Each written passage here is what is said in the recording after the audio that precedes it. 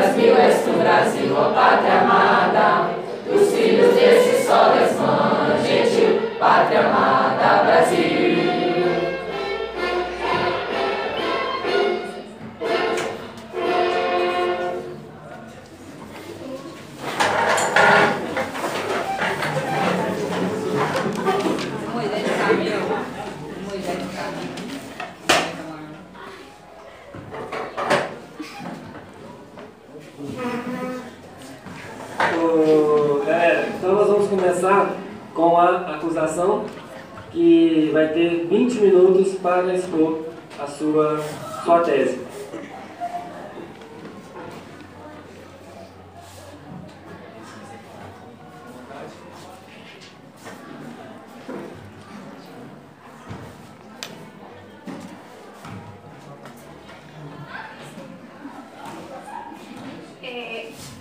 Primeiramente, eu peço a palavra ao senhor juiz e agradeço a presença do júri e dos meus caros colegas. A promotoria está aqui representando o Estado para acusar Vargas, condená-lo aos seus crimes de ser um ditador fascista, ter mantido pessoas em cárcere privado, tortura, tentativa de homicídio, corrupção, rápido, assassinato e repressão à liberdade. Vargas, em 1930, ele foi um dos líderes da revolução que tiraria o Washington Luiz da presidência e que não deixaria que Júlio Prestes ele governasse na eleição de 1930. Ele impede a posse, então, de Júlio Prestes e, com a ajuda dos militares, ele toma o poder. Vargas ele tinha inspirações nazis fascistas. Nazis fascistas o nazismo da Alemanha, de Hitler, e o fascismo de Mussolini, na Itália. Vargas ele demonstrava sua admiração nessas formas de governo onde é possível observar a forte perseguição que ele teve com os judeus. Que o seu ministro das Relações Exteriores,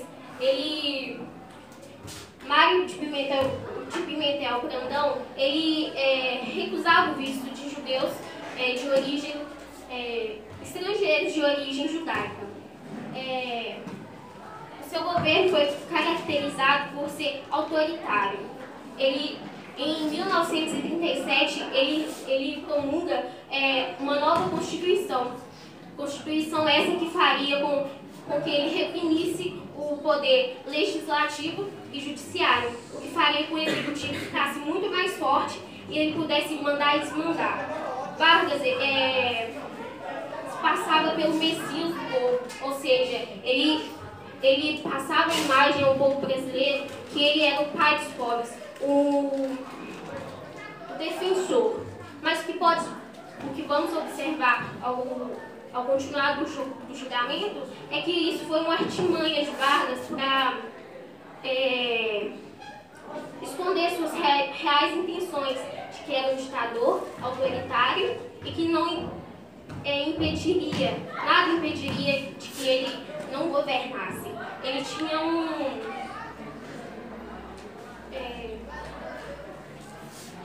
ele era um político inescrupuloso ao exercício do poder. Isso que quer dizer que ele faria de qualquer coisa para poder se manter no poder.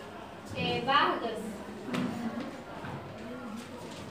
como eu já disse, ele suspendeu o parlamento.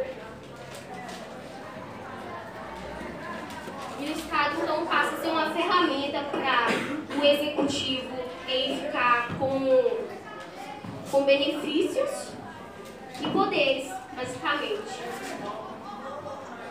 Então, em 1937, ele declara estado de sítio. Para quem não sabe, é um instrumento burocrático e político que o chefe supremo, o presidente da República, ministro, ele pode mandar e desmandar no país, isso sem interferência.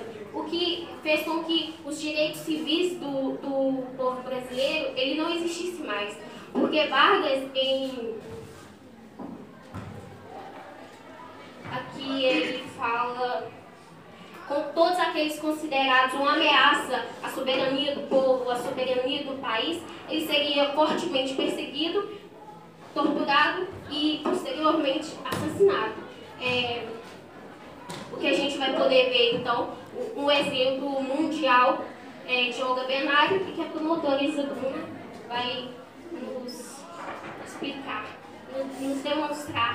e o promotor Luiz Felipe, trazendo a carta, que seria um dos instrumentos que a gente poderia perceber a crueldade que Vargas teve, não só com ela, mas com muitos outros que ficaram no sigilo. Porque a gente sabe que em uma ditadura nada de 100%, 1% é o que a população sabe. Então, nós vamos poder ver a crueldade que ele teve com não só o povo brasileiro, com todos, o mundo. Porque o mundo também via Vargas, através da propaganda, como um bom ser humano. Então, eu passo a palavra para a promotora de justiça, Isaduna, que ela irá nos revelar essa crueldade de Vargas.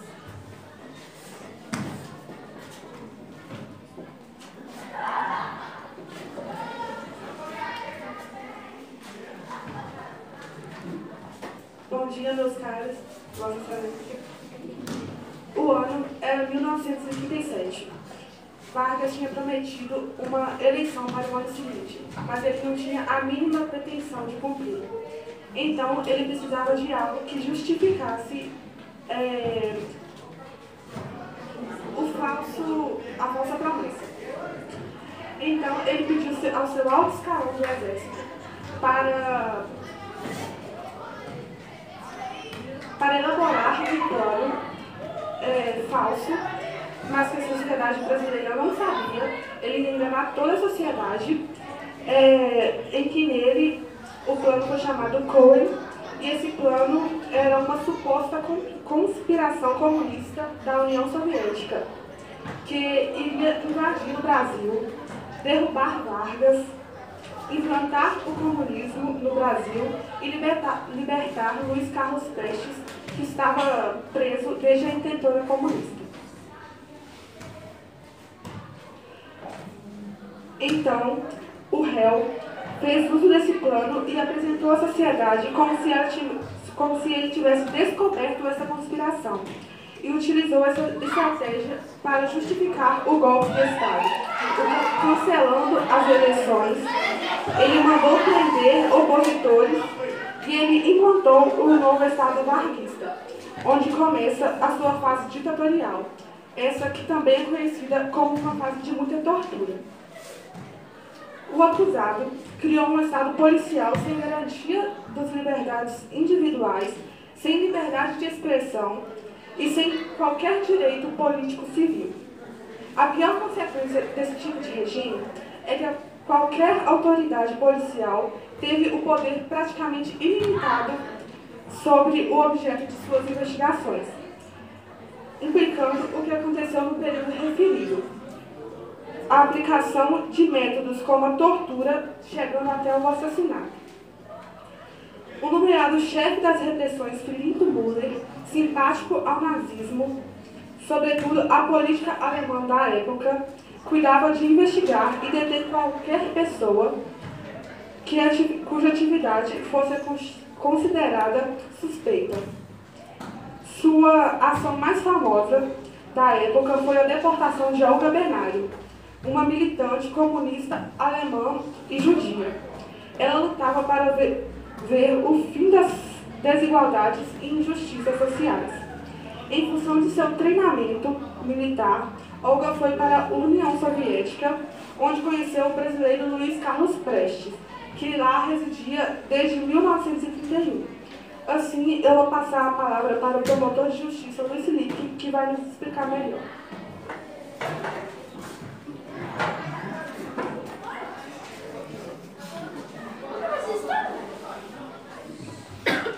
Bom dia, Vossa Excelência, senhores júris. Bom, depois de um tempo, como nossa promotora disse que justiça, ela apresentou Olga e Luiz Carlos Prestes, vieram para o Brasil um tempo depois, onde ficou aqui se passando por um casal que fez promover a Revolução, onde gerou a intentona comunista. Nesse tempo que ficaram aqui, ela ficou grávida de Luiz Carlos Prestes. E nisso, eles foram presos depois dos tempos, os dois, o casal, que fez que os dois fossem presos e o Vargas, o réu, deportassem apenas como podemos dizer, a Olga para a Alemanha nazista, entregando a mão de Hitler. Mesmo sabendo que ela estava grávida, que era filha, era mulher, esposa de um brasileiro, que era Luiz Carlos Prestes, por que ela não teve filho aqui?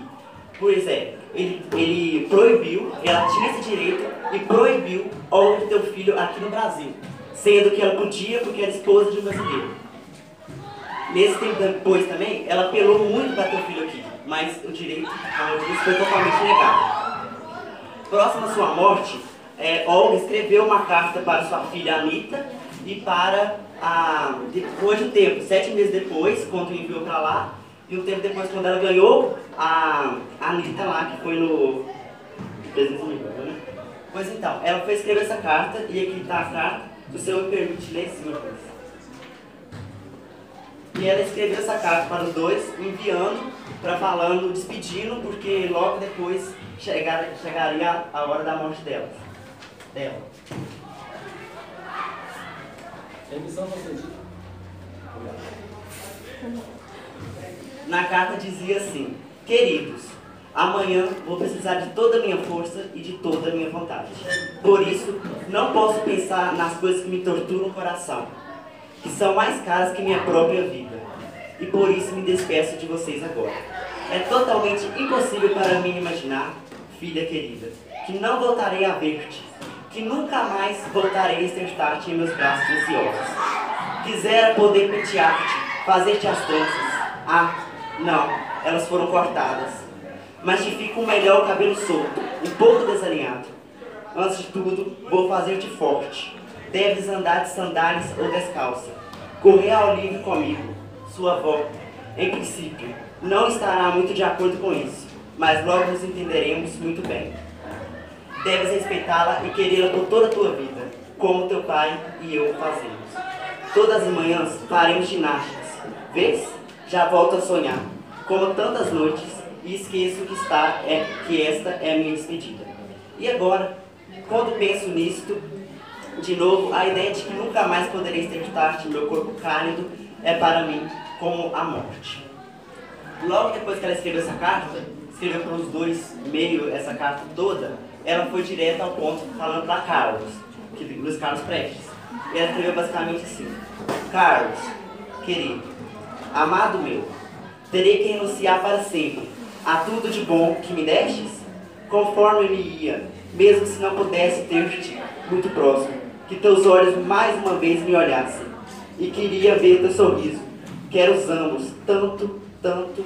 Estou tão agradecida da vida por ela haver me dado a ambos, mas o que eu gostaria era de poder viver um dia feliz, os três juntos, como milhares de vezes imaginei. Será possível que nunca verei o quanto orgulhoso e feliz te sentes por nossa filha? E logo nisso, ela já foi escrever uma carta somente para Anita. Querida Anita, meu querido marido, minha Anita, meu garoto, choro debaixo das mantas para que ninguém me ouça, pois parece que hoje as forças não conseguem alcançar-me para suportar algo tão terrível. E é precisamente por isso que esforço-me para despedir-me de vocês agora, para não ter que fazê-lo nas últimas e difíceis horas. Depois dessa noite, quero viver para este futuro tão breve que me resta. De ti aprendi, querido, o quanto significa a força de vontade, especialmente se emana de fontes como as nossas. Lutei pelo justo, pelo bom e pelo melhor do mundo. Prometo-te agora, ao despedir-me, que até o último instante não terão por que se vergonhar de mim. Quero que entendam bem, preparar-me para a morte não significa que me renda, mas sim saber fazer sempre quando ela chegue. Mas, no entanto, podem ainda acontecer tantas coisas, até o último momento manter-me firme e com vontade de viver. Agora vou dormir para ser mais forte amanhã. Beijos pela última vez, Olga. Como vocês podem ver, ele foi, mesmo sabendo que ela estava grávida, que podia viver feliz aqui no Brasil com um brasileiro, deportou ela para a Alemanha nazista, entregando a mão de Hitler, onde ela sofreu e depois, logo em seguida, essa carta, à noite ela foi levada, onde morreu com o gás lá. E agora eu vou voltar a minha palavra à promotora de justiça, Keddy. O que é interessante de que depois de muitos anos dessa ditadura ter passado, não havia havia aparecido nenhuma testemunha de ter sido torturado ou perseguido durante o governo de Vargas. Todos sabemos que mais é sobre o regime militar. Mas Boris Tabakov foi uma pessoa que fornecia aos alguns militares na Bahia informações de ideologias comunistas. E durante esse segundo mandato de Vargas, ele sofreu uma perseguição, onde ele foi capturado enquanto entrava em um ônibus, e lá ele sofreu agressões, e ele foi a única das pessoas a relatar o praticado. Mas nós não vamos entrar muito nessa questão, porque a testemunha não quis se manter oculta, mesmo deixando a gente falar o nome dela. Então eu vou passar a palavra ao procurador de Justiça, Wilson, e ele irá falar para nós sobre o DIP e a propaganda.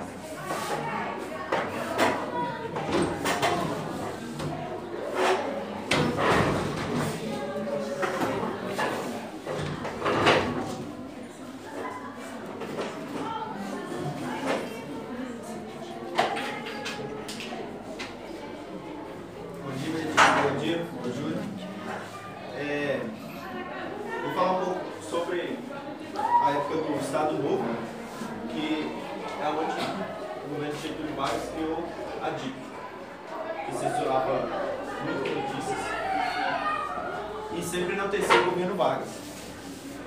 Vou ler agora dois filmes tiveram destaque na era Vargas, um ao ser censurado no cinema e outro ao ser premiado como melhor filme. São eles, respectivamente, O Grande Ditador, que era o Charles Chaplin, e Pureza. O Grande Ditador era uma sátira feita como todos os filmes de Charles Chaplin. Era uma crítica social, uma sátira e política em que fez menção ao regime nazista e ao seu período em que Adolf Hitler era líder, sendo o primeiro filme falado de Chaplin. É um filme que pregava um discurso de igualdade, paz e o fim da situação precária em que as pessoas se encontravam. O DIP, logo que esse filme saiu, ele censurou, porque era uma ameaça para o governo de Vargas.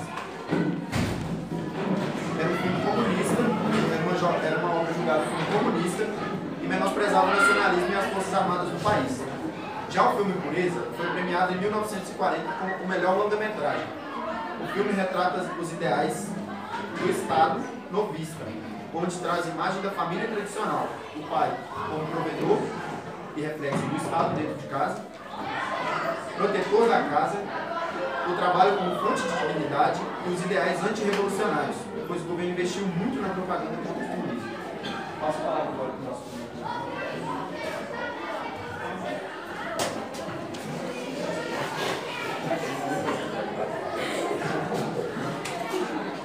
Primeiramente, bom dia, Júlio. Notícia. Para todo mundo, Vargas era herói. Preciso por Salvador da Paz. Olhando assim até parece bom. Mas na verdade não. Simplesmente um governador ardiloso, manipulador, que fazia por meio da mídia parecia uma boa pessoa. Mas na verdade não. Então alguém criou o DIP, Departamento de Imprensa e Propaganda.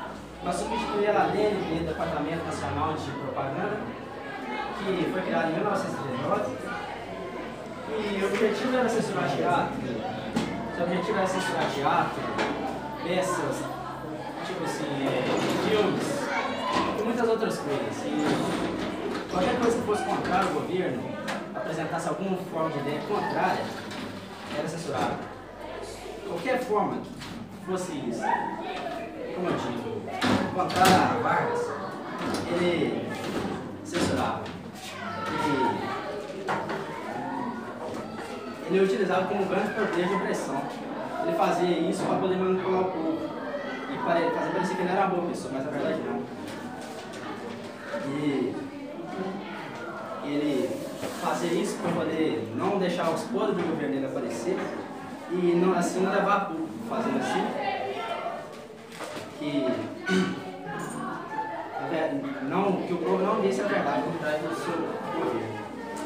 Tanto que tem uma frase: aprendendo o lar, das escolas, o público da pátria, trazeis para a vida todas as possibilidades de êxito.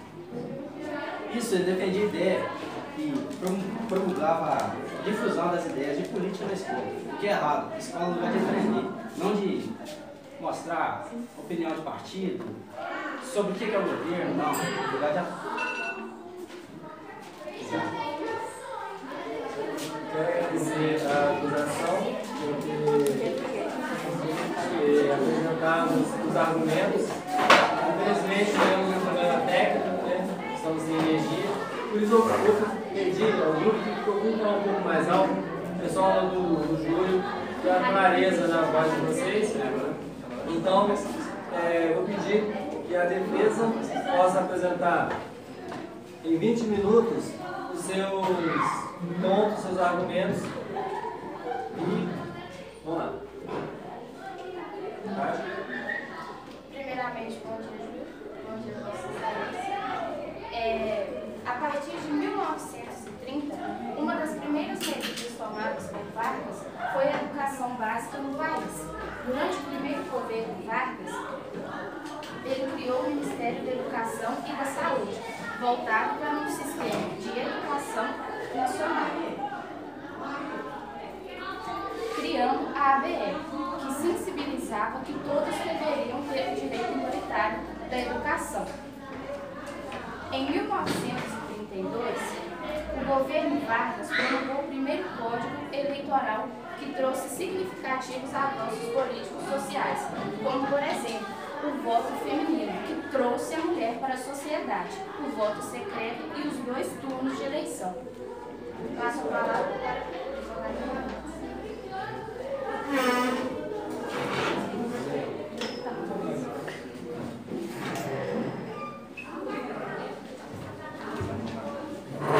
Primeiramente, bom dia, Júlio, bom dia, Vossa Excelência. E a gente tem que falar aqui sobre Vargas, que no seu governo, a partir de 1932, a partir de 1930, Vargas já começou a criar as famosas leis trabalhistas que marcaram o seu governo. Em 1934, quando Vargas cria a Constituição, ele já cria o Código Eleitoral, como a Bruna disse, reformulando todo o sistema eleitoral, e junto cria as primeiras leis trabalhistas, que consistiam, as primeiras foram a jornada de trabalho, que permitia ao trabalhador trabalhar apenas 8 horas por dia, e cada hora cedida tinha as horas extras, que o empregador deveria pagar extramente aos seus funcionários que passassem de 8 horas. O segundo termo que ele criou foi as férias, que até hoje está presente, que a gente sabe, no início era de 15 dias, o trabalhador contribuía 12 anos, ou 12 meses, e depois ele tinha direito a 15 dias de férias e remuneração. E também criou a multa. O que consiste a multa? Ela é uma forma do empregado ter uma garantia caso ele seja demitido sem ser avisado, sem aviso prévio. Então, o trabalhador, imagina só, você é um trabalhador que não sabe se amanhã você vai ter trabalho ou não. Então, essa lei que Getúlio criou foi muito importante para as pessoas que tinham carteira de trabalho assinada e, caso fosse demitida, teriam alguma renda extra para conseguir se manter até procurar um trabalho. Inclusive, eu falei que agora também da carteira de trabalho, que foi o documento, o órgão emissor ali, para registrar onde o trabalhador trabalhou, e ali, nesse mesmo momento, ele criou o direito do trabalhador, que futuramente seria o Fundo de Garantia do Trabalhador, que é o FGTS, que consistia que o trabalhador contribuía uma quantia certa por mês, para assim, quando ele fosse demitido, ele também tivesse 40% desse valor na multa decisória. Agora eu vou tentar isso para explicar um pouco do Estado. Bom dia, Júlio. O Estado Novo teve início em 1937, investindo formas de comunicação com a população, como a televisão e o rádio. Anteriormente ao Estado Novo, houve uma revolta chamada Intentona Comunista. Nessa revolta, havia Prestes, que esteve diretamente envolvido com a realização dessa revolta, em novembro de 1935. Entretanto, a revolta foi um verdadeiro fracasso e o movimento foi controlado graças ao governo de Vargas. iniciou-se uma caçada para prender Prestes. Prestes, junto com sua esposa, foi preso no Rio de Janeiro em março de 1936. Chama agora Luiz Carlos Prestes no Tribunal para depor.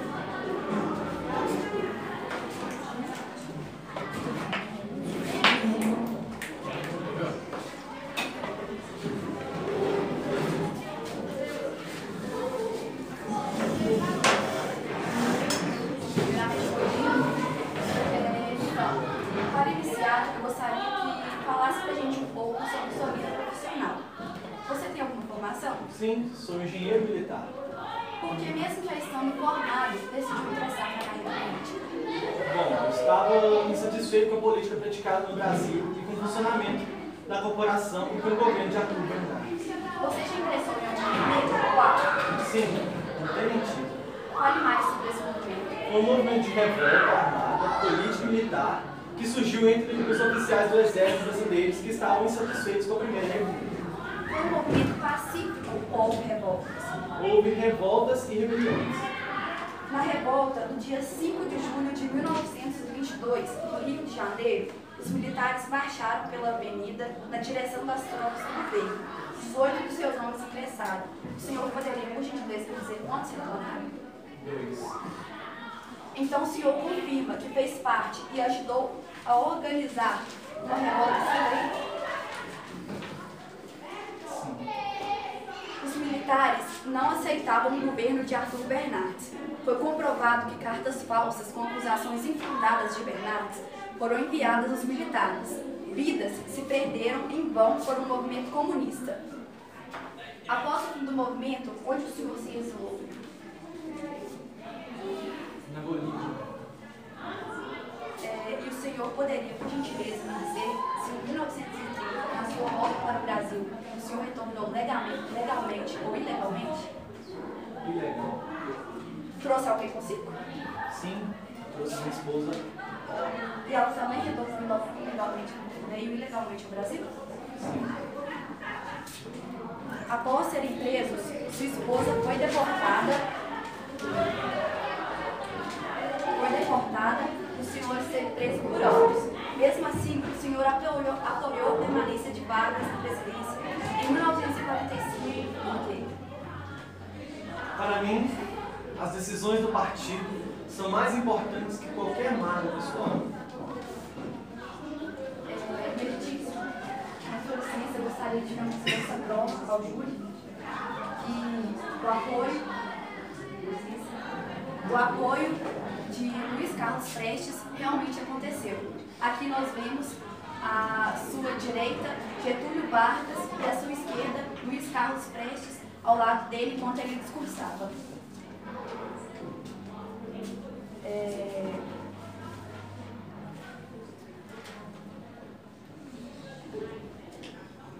Agora eu passo a palavra para o Gabriel para falar sobre o pedido de extradição de Olga.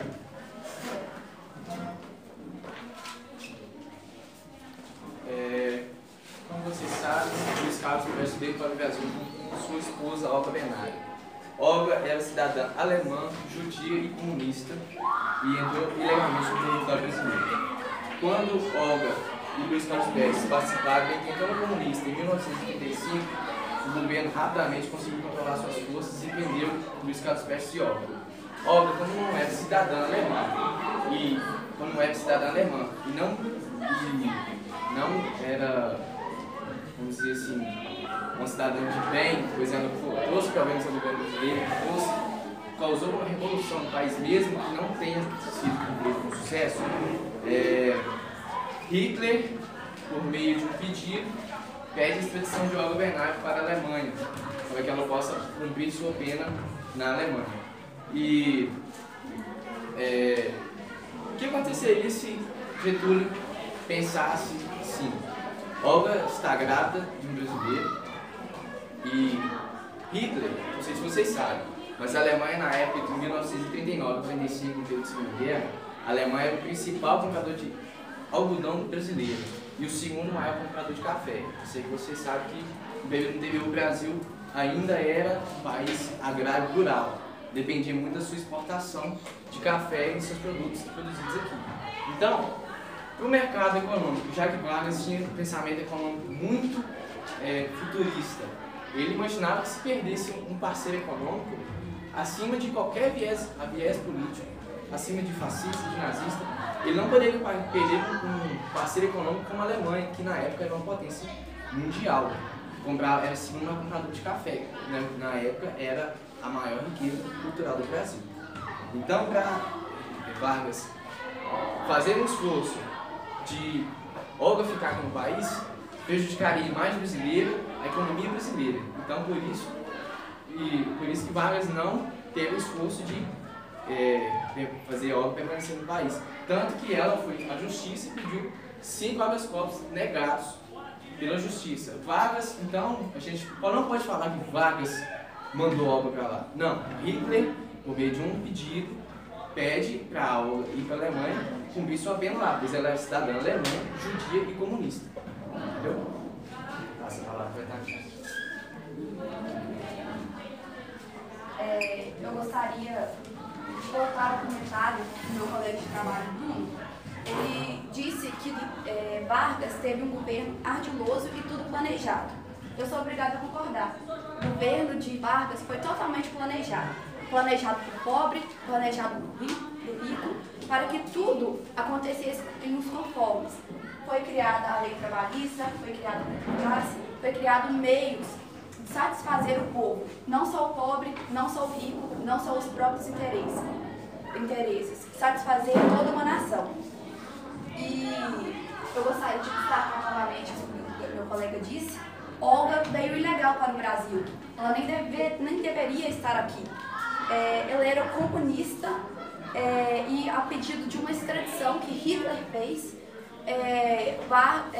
o Supremo Tribunal de Justiça autorizou a deportação de Olga. Não foi Vargas que pegou a Olga e simplesmente enviou para Hitler.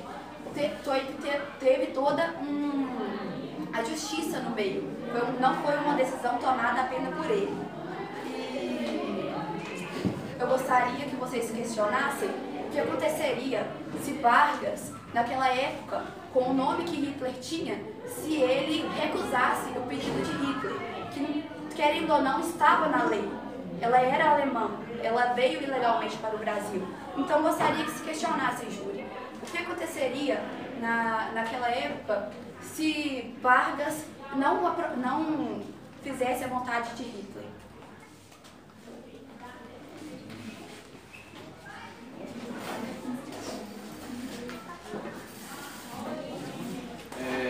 Vale ressaltar também um outro assunto muito importante sobre Vargas, a sua força popular. A gente sabe que Vargas, seu governo é marcado pelo populismo.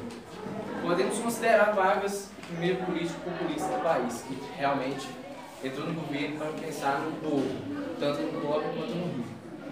Já no final de 1945, após todo o Estado Novo, os militares se revoltam contra Vargas após a Segunda Guerra e fazem uma grande oposição para pedir sua renúncia e declarar novas eleições. Só com uma grande manifestação que deu nesse mesmo ano, partindo de opinião pública, o povo foi até as ruas no famoso movimento chamado queremismo. O que consiste o queremismo? O povo foi até as ruas pedir a permanência de Vargas, pois Vargas, eles se consideram Vargas realmente como um pai, pois um presidente do país até o momento que pensou realmente nos pobres, que antigamente não tinha lei. Se esse povo trabalhava em uma situação muito precária, não tinha educação básica, o sistema eleitoral era fraudulento. Então, após Vargas fazer todo esse reformulamento em todo o sistema brasileiro, o povo reconheceu os seus bens feitos e foi até as ruas pedir a sua permanência. Só que, infelizmente, a oposição dos militares foi maior, foi mais forte e Vargas declara novas eleições. Só que, antes dele sair, ele escreveu uma carta no Palácio do Catete dizendo: saio, mas volto nos braços do povo, pois ele tinha o reconhecimento de que o povo realmente amava Vargas. E em 1950, nas eleições de 50, Vargas volta ao poder com eleições diretas pelo povo, por 48% dos votos. Até a minha, vocês explicam um pouco para vocês agora, sobre o governo de Vargas.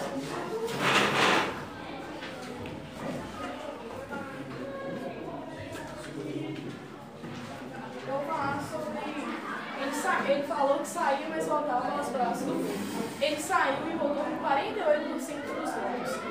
No Brasil, o petróleo era mandado todo para o exterior. Todo o petróleo era mandado. Então, o que Vargas fez? Ele foi e criou a Petrobras, que refinava o petróleo e era somente aqui. E teve também o Plano Lei, que era um plano que era destinado à criação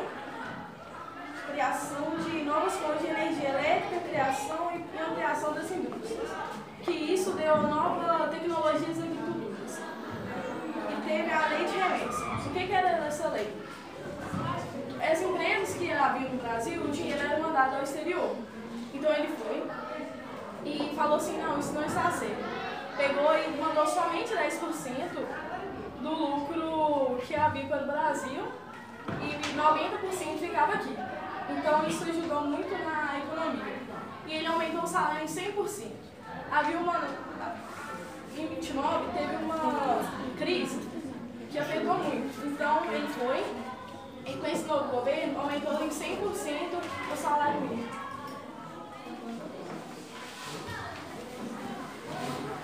Agora, o Bruno vai explicar um pouco do testamento de Vargas, da sua carta de suicídio. Todo mundo sabe. Bom dia, primeiramente. Bom dia. Todo mundo sabe que Vargas, pouco antes de se assassinar, de cometer suicídio, ele escreveu uma carta como um testamento explicando tudo aquilo que aconteceu com ele. E dentro dessa carta eu queria ressaltar alguns pequenos versinhos que a gente entende que a gente dá a entender e que a gente tem certeza de que Vargas sofria uma grande perseguição por meio de partidos revoltosos e comunistas. Primeiramente, eu queria ressaltar esse pequeno trecho. Querem destruir-me a qualquer preço. Tornei-me perigoso aos poderosos do dia e às castas privilegiadas. Todos nós já conhecemos aquele caso de que um jornalista acusou Vargas de tentar assassiná-lo. Mas que na verdade o Vargas não estava nem sabendo disso. Todos nós sabemos daquilo. E que esse jornalista, por um acaso, perseguiu Vargas, escrevendo várias injúrias no nome dele, falando coisas que ele realmente não fazia e tentando colocar o povo contra ele. Mais à frente a gente consegue ter a conclusão dessa. Precisam sufocar a minha voz e impedir a minha ação, para que eu não continue a defender como sempre defendi o povo e principalmente os humildes. Todos nós sabemos que o Vargas fez grandes coisas para os trabalhadores. Igual os meninos já citaram aqui, ele criou leis trabalhistas, ele deu direito às férias, ele criou a multa, ele criou várias coisas que ajudaram o trabalhador a ter condições melhores de oferecer os seus serviços. Então, o que aconteceu? O povo apoiou ele. O povo apoiou ele pelo motivo dele ser um dos poucos políticos que na época conseguiu olhar para o pobre e conseguiu ajudar ele, entendeu? Se as aves de rapina querem o sangue de alguém, querem continuar sugando o povo brasileiro, eu ofereço em holocausto a minha vida. Não querem que o povo seja independente e não querem que o trabalhador seja livre. Ou seja, a repressão para cima do Vargas era muito grande, tanto que ele não aguentou tanta pressão e acabou se suicidando devido a tantas coisas que eles diziam sobre ele, a tantas injúrias e a tantas coisas que faziam com que a imagem dele caísse. E vale ressaltar novamente que aquela vez que ele saiu, que ele teve que renunciar ao seu governo, a frase que o Gabriel disse, o Tamires, eu vou, mas eu volto nos braços do povo, foi exatamente isso que aconteceu. Porque o povo sabia que o Vargas ele, assim como Luiz Carlos Prestes sabia que ele era importante para o governo naquela época, o povo percebeu e resolveu reelegê-lo.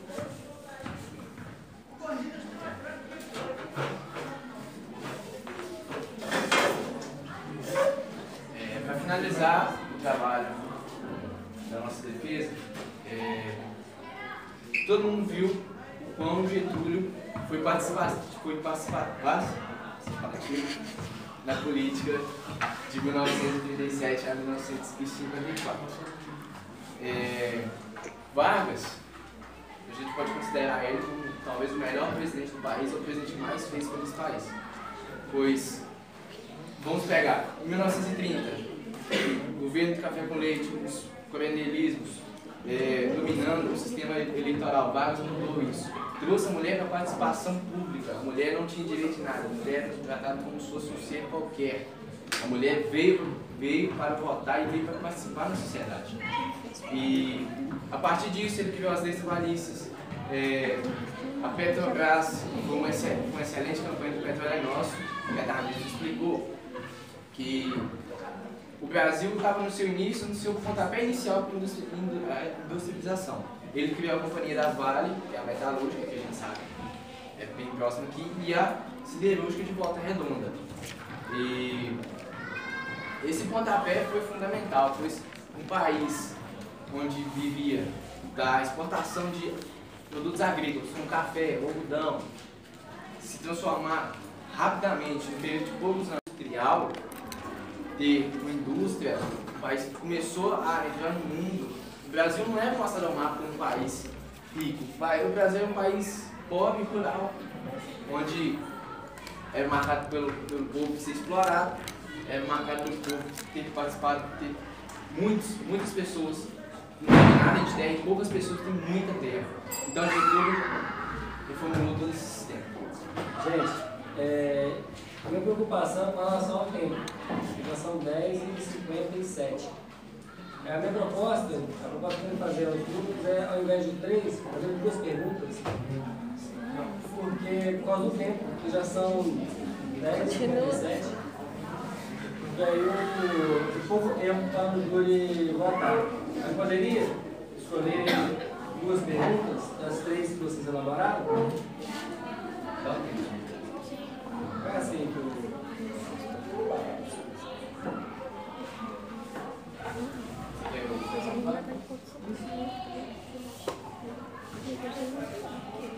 Então, lembrando que o júri agora vai ficar mais atento, pode começar a elaborar o seu voto. Se vai absolver ou se vai condenar o Getúlio Vargas. Nós vamos começar agora com a acusação que vai ter 30 segundos para fazer uma pergunta à defesa. Após a pergunta realizada, o grupo da defesa vai ter 1 minuto e meio para responder. Aí depois a acusação terá 1 minuto de réplica e depois a defesa também terá 1 minuto para a sua tréplica. Então o júri começa a pensar, a analisar a situação, porque daqui a pouco vamos abrir para que o júri possa votar. Vamos começar?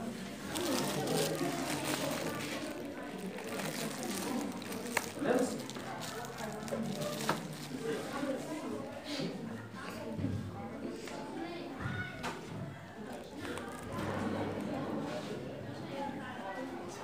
Segundos.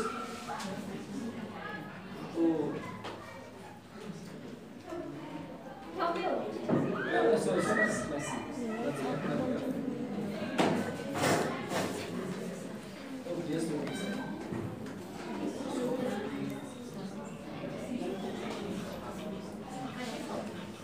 Podemos? 30 segundos.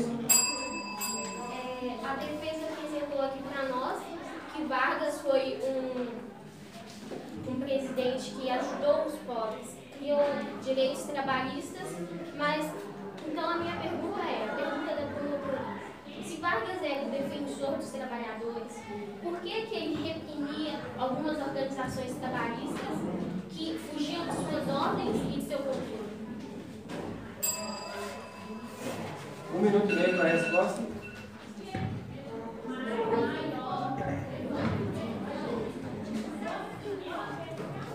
Então, todos nós sabemos que ele para muitos, é um órgão que serve para reprimir, censurar aquilo que ia contra o governo.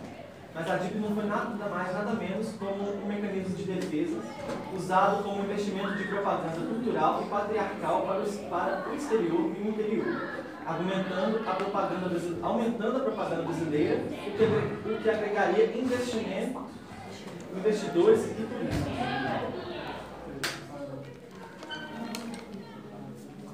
Tem ainda mais 30 segundos, 40 segundos. Então, Getúlio tinha em sua mente uma forma de desenvolver o país mais rápido, se tudo fosse, se nada tivesse saído dos seus planos. Então, muitas dessas organizações pluralistas eram opositoras e também desejavam que Getúlio não fizesse o governo. Desejavam que o seu desenvolvimento do país fosse atrasado. Então, Getúlio também não poderia aceitar, né, que uma instituição acabasse com o desenvolvimento de todo o país. Então, por isso que...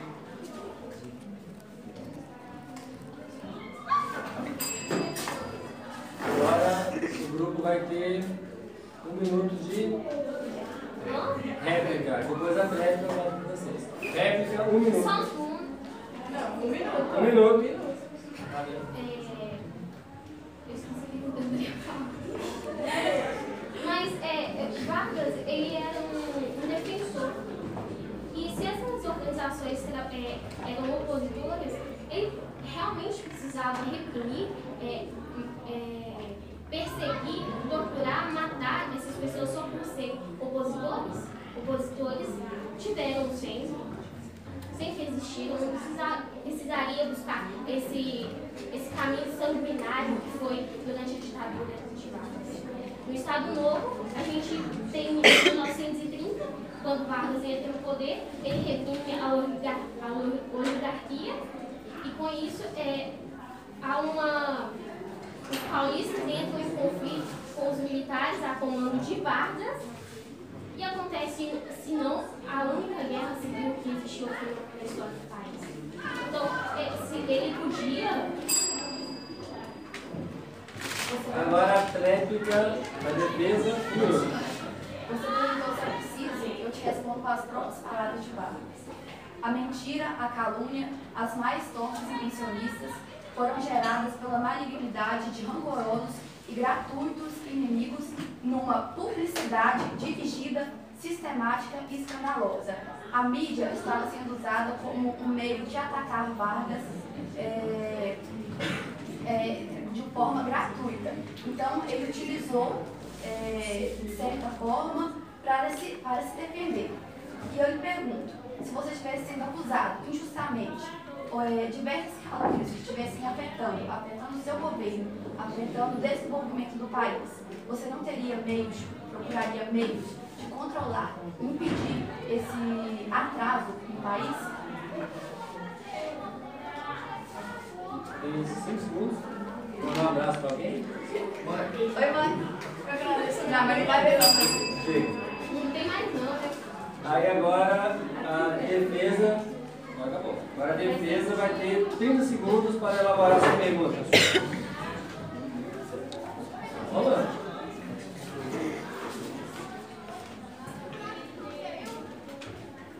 O mundo passava por uma crise, a crise da Segunda Guerra. E o que o Brasil menos precisava naquele momento era perder um parceiro econômico.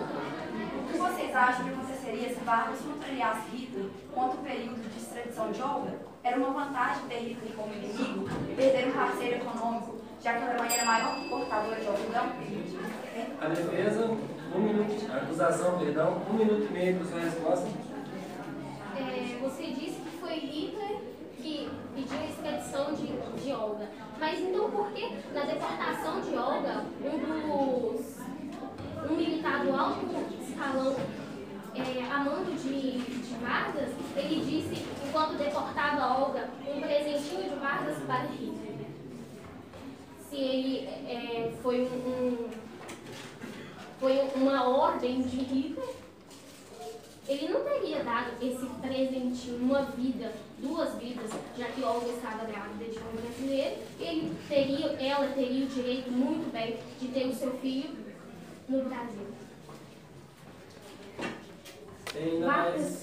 Vargas ele tirou o direito não só de Prestes, mas a própria filha Anita Prestes. Ele reprimiu os seus direitos. Ele rasgou, ele virou as costas para a própria lei. Não, você só. Ele rasgou pela própria lei. Ele não obedeceu a própria lei do país, já que era um direito humano. O direito de ter a sua filha no Brasil foi tirado pelo próprio Vargas, sendo que ainda era uma esposa de um brasileiro. Se não fosse esposa, sim, aí até podemos dizer que ela não existe direito. Mas agora a defesa, 1 minuto para a sua réplica. Bom, como a acusação diz, um militar, apoiador de Vargas, disse que Olga seria um presentinho para ele. Do mesmo modo como o mesmo chefe de gabinete atacou Carlos Lacerda, jornalista, e Carlos ainda pensando que Vargas teria mandado matar ele. Só que no caso, tinha pessoas muito próximas de Vargas que queriam fazer suas vontades e acusavam o nome de Vargas, pois era um nome muito forte nessa política. Então, a gente não pode dizer que Vargas mandou. Tanto porque ela não era brasileira, primeiramente, ela não estava casada com ele perante a lei, ela era um casamento falsificado, ela era um espiã, né? E causou muitos problemas ao Brasil. Então, se ela já não era cidadã brasileira, ela tinha um filho, mas não tinha um certificado legal de casamento no país. Então, não tinha por que Vargas mantê-la aqui. A tréplica. Agora vamos para a tréplica da acusação. 1 minuto.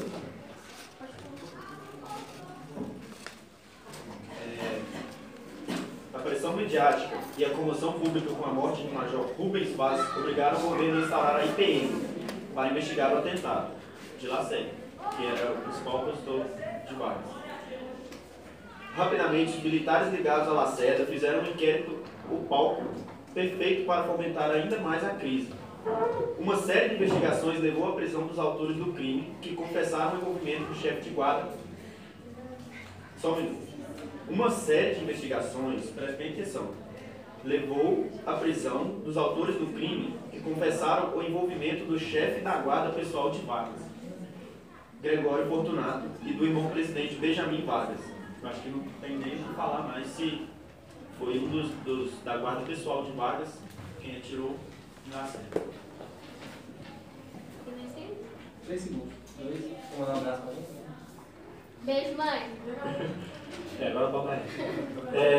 Agora, segunda rodada de perguntas, voltando para a acusação, que fará mais uma pergunta em 30 segundos.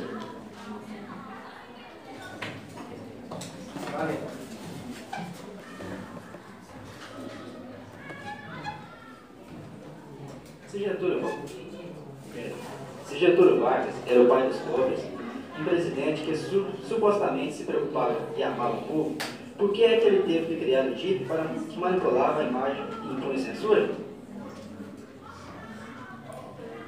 Agora, a defesa, 1 minuto e meio para a sua resposta. Como já havíamos respondido antes, a DIP foi um mecanismo de defesa que o Vargas implantou no Brasil, para que mecanismo de defesa e também para ele conseguir mostrar para os outros países o que o Brasil tinha de bom, assim, atraindo investidores para o Brasil e além disso tudo, trazendo também turismo e assim aumentando a renda brasileira relacionada a tudo.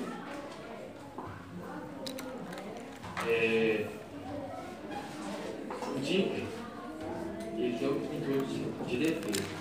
Só que seria bom para o presidente que desejava o desenvolvimento mais rápido do país não ter, como a gente já disse aqui também,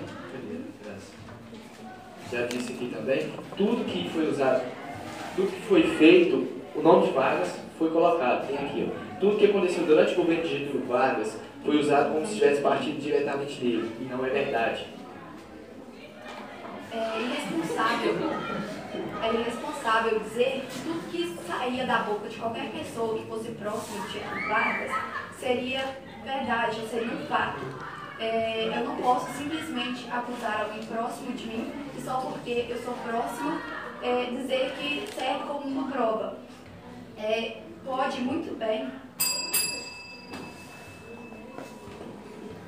Agora, a réplica da acusação.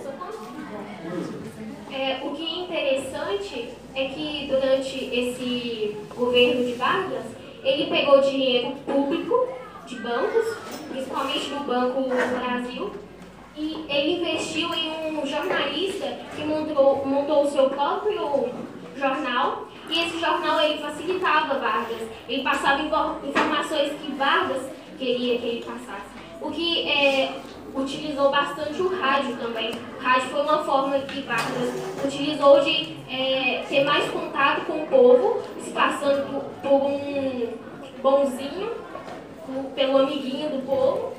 E enquanto ele roubava, ele manipulava, ele reprimia, ele perseguia e matava os seus opositores. Então esse... Pode falar, Luiz.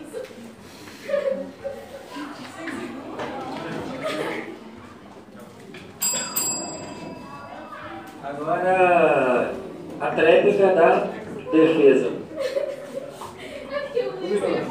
Vargas, a gente não tem provas concretas que Vargas foi um assassino e mandou matar pessoas. Que até a gente tem provas de que Carlos Lacerda foi atacado por seu chefe de segurança. Então, é muito fácil falar que Vargas mandou matar, que Vargas matou. Mas simplesmente pode ter sido outra pessoa usando seu nome. Uma pessoa de oposição pode ter atacado ele para sujar seu nome. Então, a forma de Vargas se encontrou para defender dessas nomeações falsas dele era de ter um jornal ou um departamento onde ele poderia demonstrar todos os seus bens feitos. Quando nós falamos da presidência do Brasil, nós falamos de poder. E assim como Vargas falava na sua carta de testamento, havia inimigos a seu lado.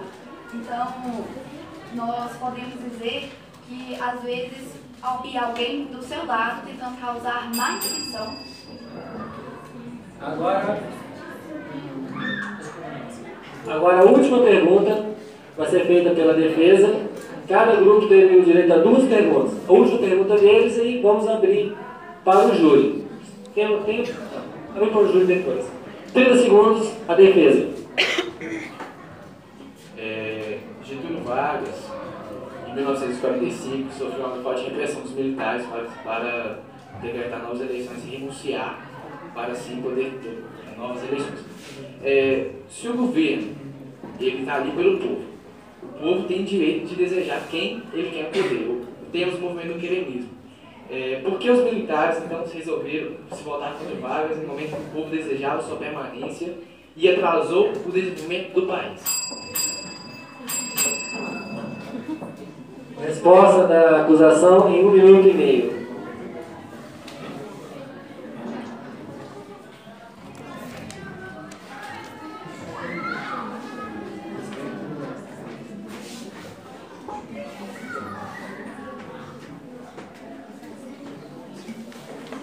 Primeiramente,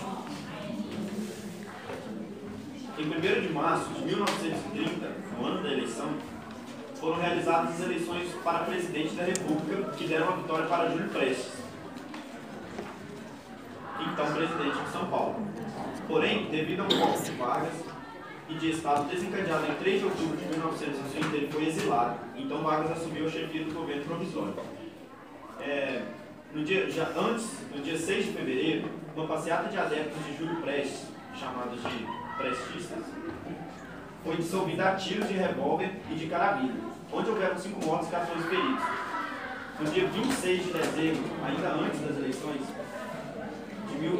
na Câmara dos Deputados, depois de um comício do deputado federal prestista, Manuel Francisco de Souza Filho foi assassinado a tiros de revólver pelo deputado Ildefonso Simões Gomes do Sul, do Rio Grande do Sul. E em 20 de fevereiro, casas de prestistas foram atacadas a tiros. Como que vocês explicam isso? Porque em 19 de março, a Aliança Liberal é quebrada e, numa surpreendente declaração, o líder gaúcho Borges de Medeiros reconhece a vitória de Júlio Prestes.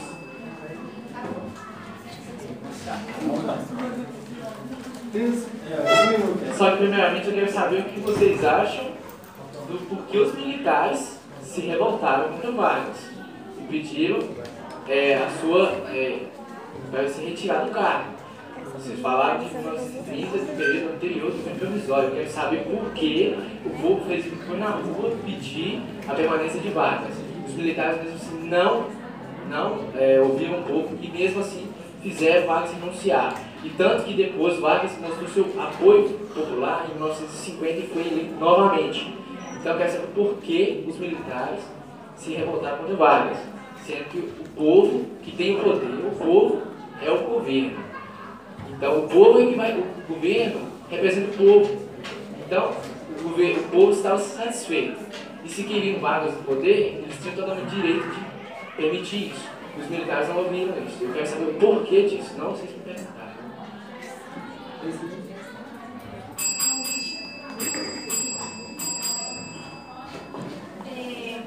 O povo ele só queria Vargas pela manipulação que obteve.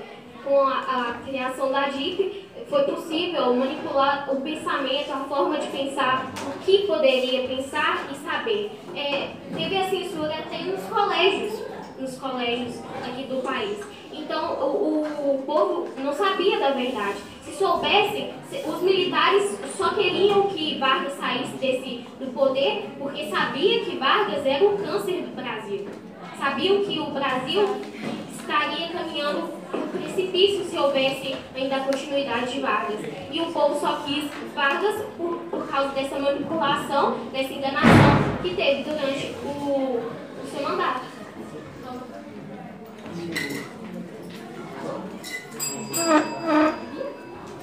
Eu quero parabenizar a todos, parabenizar a defesa, a acusação, pelo envolvimento do projeto. E agora nós vamos abrir, infelizmente o tempo está muito corrido, nós vamos abrir agora para o júri vai proferir o seu voto. Vamos começar então com a Érica. Você quer vir à frente? Porque o tempo é muito curto. Por favor.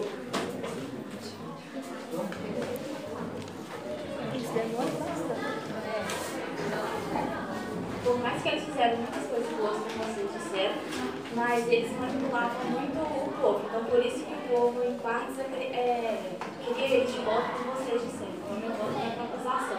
Isso aí. Traidora! Palmas para ele, por favor. Agora, Natália. Seu voto, por favor, Natália.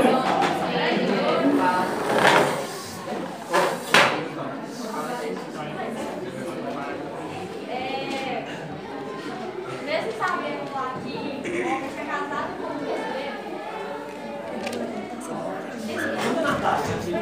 mesmo que ele tinha casado com um brasileiro, se ele foi falar que entregou o currículo, na minha opinião, é um dos piores nazistas que existe. Então meu voto vai. Traidor! Que é isso?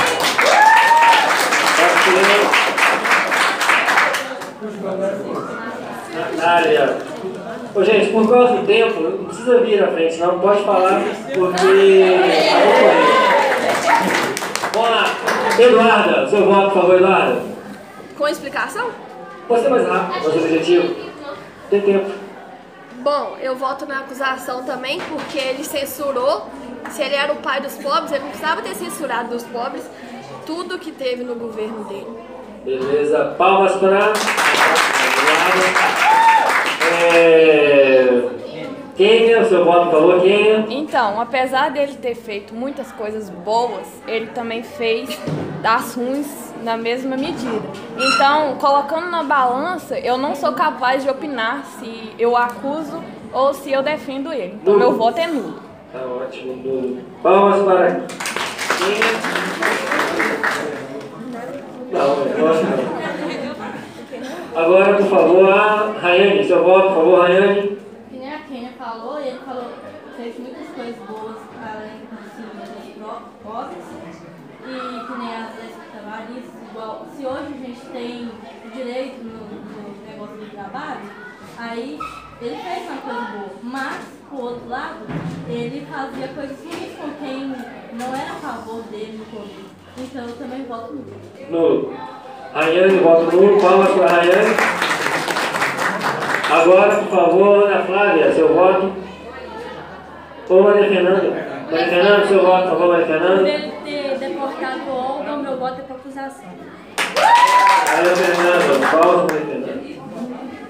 Agora, Ana Flávia. Tayane, seu voto, por favor, Tayane. Eu voto na acusação porque ele poderia ter renegado o pedido de Hitler para mandar a Olga. E porque...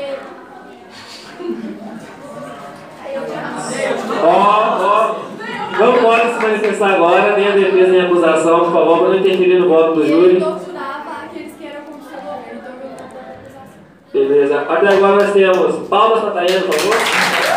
Nós temos 5 votos a favor da acusação e 2 votos nulos. Jennifer, seu voto, por favor.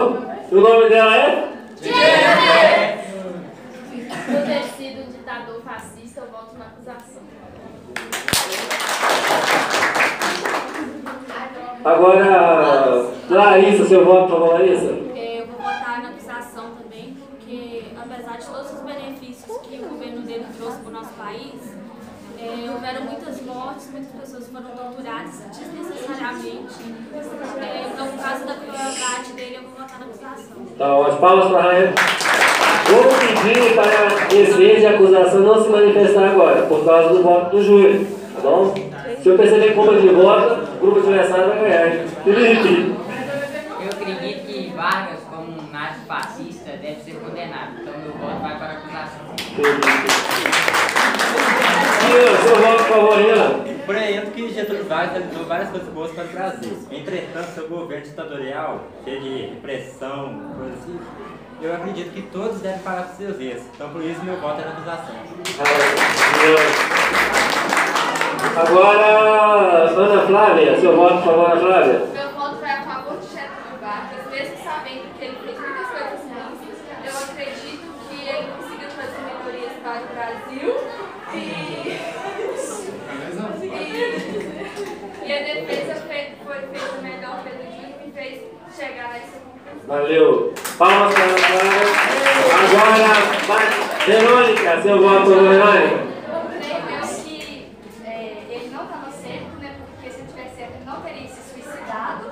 Mas eu acho que a defesa, eu vinha com a intenção de votar na acusação, só que eu acho que a defesa apresentou coisas que eu não sabia, tipo que a Olga tinha vindo do Brasil sem ter permissão.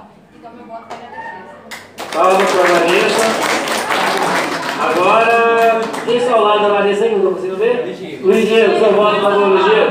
Porque ele trouxe melhorias para o Brasil, até então o Brasil é um país considerado cultural, mas a partir de Getúlio Vargas o Brasil começou a se desenvolver. Só um minutinho. Luiz Felipe, defesa, Luiz Felipe. Eu? Luiz Diego, por favor. Paulo. Próximo, só fala o voto, por favor, para a gente agilizar. Márcia, seu voto. Acusação. Próximo voto. Rapidinho, só terminar aqui, galera. Próximo voto. Acusação. Próximo. Nulo. Ideal nulo. Então eu proclamo vitória da acusação. Salve a todos.